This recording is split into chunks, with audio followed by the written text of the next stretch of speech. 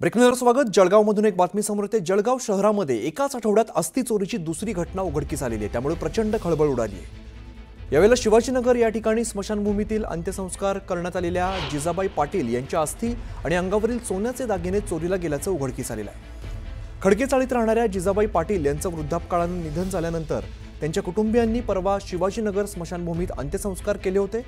आज सकाळी नातेवाईक अस्थि उचलण्यासाठी गेले असता डोक्याच्या व पायाच्या भागातील राख आणि अस्थि गायब झाल्याचं लक्षात आलेलं आहे। यासोबतच अंगावरील सुमारे 4 ग्रॅम सोन्याचे दागिने देखील गायब झाल्याचं आढळून आलेलं आहे। चोरट्यांनी राखेजवळ नैवेद्याचं पान ठेवलं होतं, त्यामुळे चोरीपूर्वी तयारीपूर्वक हा प्रकार घडवला असावा असा संशय व्यक्त केला जातोय।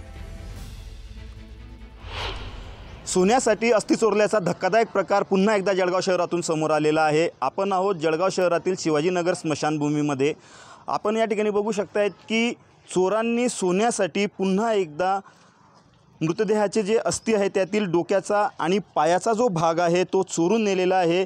अशीच घटना गेल्या आठवड्यामध्ये मेहरून परिसरात घडलेली होती आणि त्या ठिकाणी छबाबाई पाटील यांच्या अस्थि अशाच पद्धतीने चोरण्यात आलेल्या होत्या। या ठिकाणी एक धक्कादायक गोष्ट अशी बघावयास मिळालेली आहे की या ठिकाणी नैवेद्य म्हणून चोरट्यांनी काही वस्तू आणलेल्या होत्या। आपण ज्याला म्हणतो की भजी असेल, वडे असतील, हा जो प्रकार आहे हा अघोरी विद्येचा तर प्रकार नाही असा देखील या ठिकाणी संशय व्यक्त केला जातोय। या ठिकाणी जिजाबाई पाटील यांचं वृद्धापकाळाने निधन झाल्यानंतर परिवाराने त्यांच्यावर अंतिम संस्कार केलेले होते आणि आज जेव्हा ते अस्थि गोळा करण्यासाठी आले त्यावेळी त्यांना मोठा धक्का बसलेला आहे, कारण या ठिकाणाहून डोकं आणि पायाचा जो अस्थीचा भाग आहे तो चोरट्यांनी लंपास केलेला आहे सोन्यासाठी। आपण त्यांचे जे नातेवाईक आहेत त्यांच्याशी एकदा पुन्हा संवाद साधणार आहोत। दादा, काय सांगाल, काय नेमकं घटना आहे? काय नाही, आज ते सारी सरकडण्याचे दिवस होता। सकाळी सर्वजण आले इथं, तर त्यावेळेला पहिले तर असं दिसलं तर बुवा तिथं नैवेद्य वगैरे ठेवलेलं आहे। थोडी शंका आली, पण लोकांनी ज्या वेळेला पाहिलं तिथं तर कवटीचा भागच गायब आहे। का कोणी काही अघोरी विद्येसाठी त्याचा उपयोग करतो, त्याच्यात का सोन्यासाठी करतो, आणि याची सुरक्षा राहिली पाहिजे बुवा। किमान CCTV कॅमेरे नाही, 24 जर उमेदवार तुम्ही ठेवू शकत तिथे सुरक्षा गार्ड, तर मग CCTV तरी वारंवार होत आहेत असे प्रकार। दादा, नेमकं आजीच्या अंगावर किती सोनं होतं आणि कधी अंत्यविधी झाला होता?